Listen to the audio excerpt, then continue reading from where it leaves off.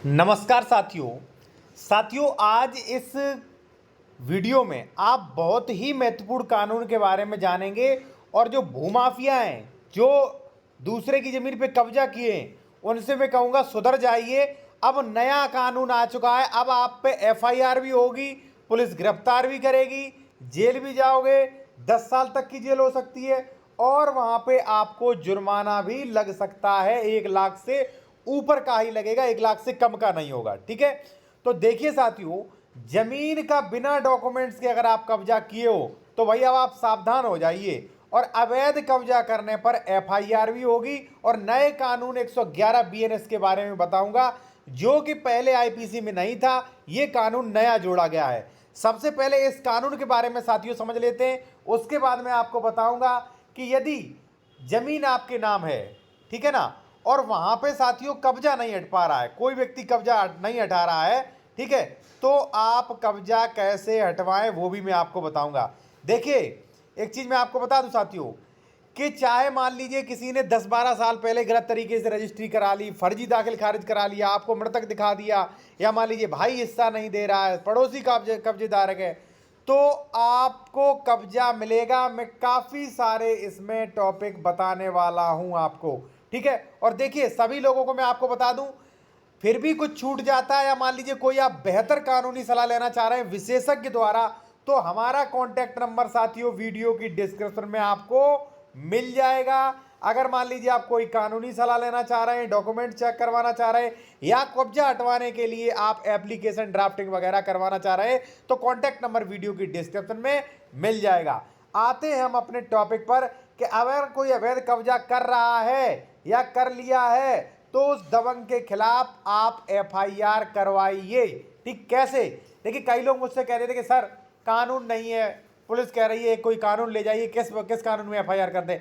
मैं बता रहा हूं, देखिए पहली बात तो एंटी भूमाफिया पर भी बहुत अच्छी कार्रवाई होती है, फिर भी मैं आपको बता दूं यहां पे भी कार्रवाई कर सकते हैं आप। देखिए यदि कोई व्यक्ति संगठित अपराध सिंडिकेट का सदस्य की ओर से या किसी भी समय ऐसी किसी जगह या स्थावर संपत्ति यानी कि अचल संपत्ति को कब्जे में रखता है जिसका वह समाधानप्रद लेखा नहीं दिखा सकता है, यानी कि जिसके डॉक्यूमेंट्स वगैरह कुछ नहीं दिखा सकता है, वह ऐसी अवधि के लिए कारावास से दंडनीय होगा जो 3 वर्ष से कम की नहीं होगी, किंतु जो 10 वर्ष तक की हो सकती है। यानी कि 3 वर्ष से कम का तो कोई सवाल ही नहीं, 10 वर्ष तक हो सकती है। और ऐसे जुर्माना के लिए भी दायी होगा जो 1 लाख रुपए कम से नहीं होगी और अधिकतम 10-20-50 लाख उसकी स्थिति देख के हो सकती है।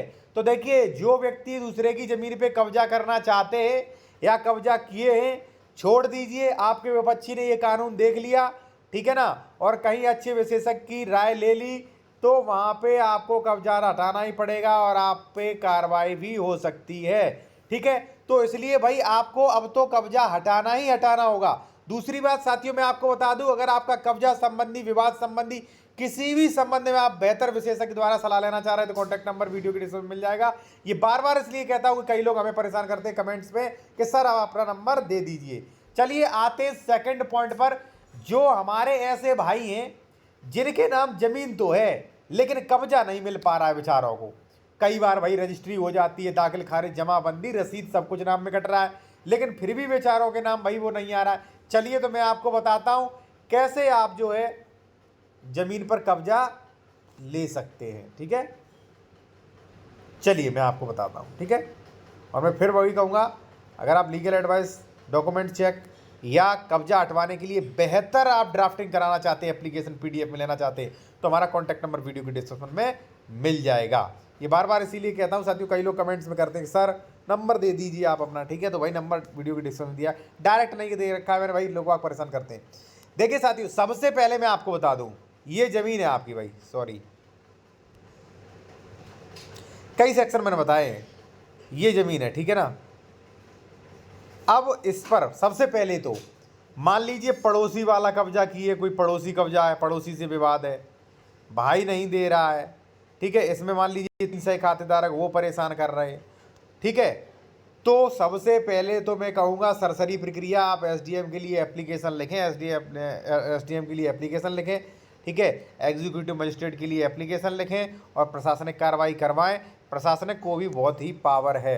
चलिए दूसरी बात मैं आपको बता दूं, अगर आपका यहाँ पे कब्जा है पहले से और ये विवाद कर रहे पड़ोसी या सह खातेदारक या अन्य कोई, तो मैं आपके लिए इसके लिए धारा बता दूं साथियों, इसके लिए धारा 164 BNS 165, ठीक है। तो इसके तहत जो है एग्जीक्यूटिव मजिस्ट्रेट को ये पावर है, वो कार्रवाई कर सकता है और आपको कब्जा दिला सकता है, ठीक है। तो कोर्ट वगैरह जाने की ज़रूरत नहीं पड़ी यहाँ पे आपको, ठीक है।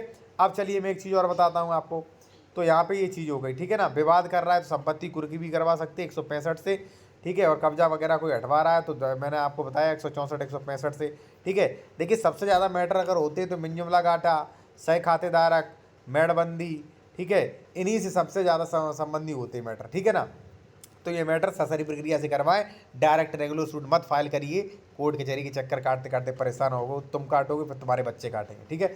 चलिए दूसरा हम बताते हैं धारा 24 से कब्जा प्राप्त कैसे करें, ठीक है ना।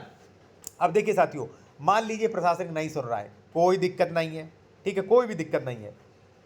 अब देखिए जैसे मान लीजिए ये है, अब जैसे मान लीजिए पड़ोसी वाला यहाँ पे कब्जा कर किए रखा है, ठीक है, पड़ोसी वाला, तो धारा 24 में आप सीमांकन करवा दीजिए, ठीक है। लेकिन मैं आपसे कहूँगा साथियों कि सीमांकन कराते समय ज़रा ध्यान रखें, ये एडवोकेट वगैरह जानकारी ने होती नहीं है सभी को, ठीक है। और ये जो भी मान लीजिए मन में आया उसी में दावा कर दिया, क्योंकि उस ज़मीन की धारा 24 नहीं होगी जिसमें कई सह खातेदारक हैं, मंजूला नंबर है, ठीक है, बंटवारा नहीं हुआ है, असली डिक्लेरेशन नहीं हुआ है, वहाँ पे मेड़बंदी नहीं होगी, ठीक है। उसके बाद साथियों मान लीजिए कि कोई सह खातेदारक, जैसे मान लीजिए इसमें दो लोग हो, ठीक है, और सह खातेदारक यहाँ तक कब्जा किए है, ठीक है, ए, ठीक है, और आपको कब्जा नहीं दे रहा है, मान लीजिए कम है, तो ऐसी कंडीशन में साथियों में कहूँगा कि मेड़बंदी से कोई फ़ायदा नहीं निकलेगा।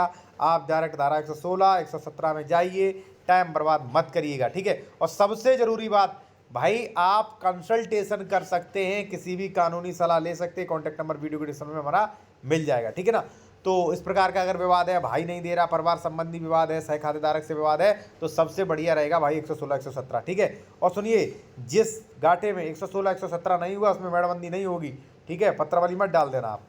उसके बाद आता है धारा 134, ठीक है, बेदखली के लिए प्रक्रिया। भाई अगर कोई आपकी ज़मीन पे लंबे समय से काबिज है, ठीक है ना, और वो ज़मीन कृषि की है या कोई प्लॉट वगैरह है, तो साथियों वहाँ पर मैं कहूँगा धारा 134 डालिए। धारा 134 में काफ़ी अच्छा प्रोविज़न है। जैसे मान लीजिए ये है, ठीक है, 1 मिनट रुकिएगा, 1 मिनट का समय दें। जैसे मान लीजिए ये ज़मीन है, ठीक है, इस पर जो है ये पूरे कब्जा किए है, ठीक है, आपकी ज़मीन है, एक कब्जा की है, ठीक है। तो धारा 134 में जाइए, धारा 134 में बेदखली के लिए वाद है। दूसरा मैंने आपको धारा के 111 बताई, उस पर भी FIR करवा सकते हैं इस व्यक्ति के नाम पे, ठीक है, तो उसका भी मतलब ले सकते हैं आप। और धारा 134 में जाइए, धारा 134 जो है बेदखली के लिए वाद, इस एक ही बेदखली की जाएगी, बेदखली के साथ साथ इससे जुर्माना लिया जाएगा, लाखों रुपए में जुर्माना हो सकता है, ठीक है। अब देखिए एक चीज़ मैं आपको बता दूँ साथियों, अगर आपका घर मकान प्लॉट है तो भाई इसके कानून कुछ अलग होते हैं, वो भी मैं आपको बता दूं।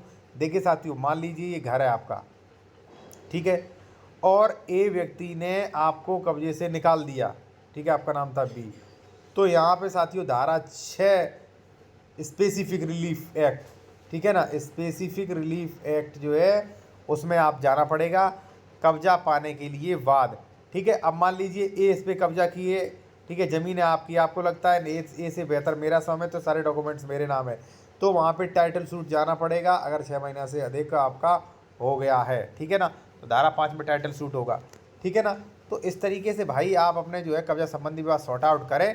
और देखिए सबसे इसमें से वो होता है बेहतर कानूनी सलाह, बेहतर दिशा निर्देश देना, ठीक है ना। आप गलत रास्ते पे चलते गए, कभी कब्जा नहीं हटेगा, कोर्ट पे कोर्ट, तारीख पे तारीख आप लेंगे, ठीक है।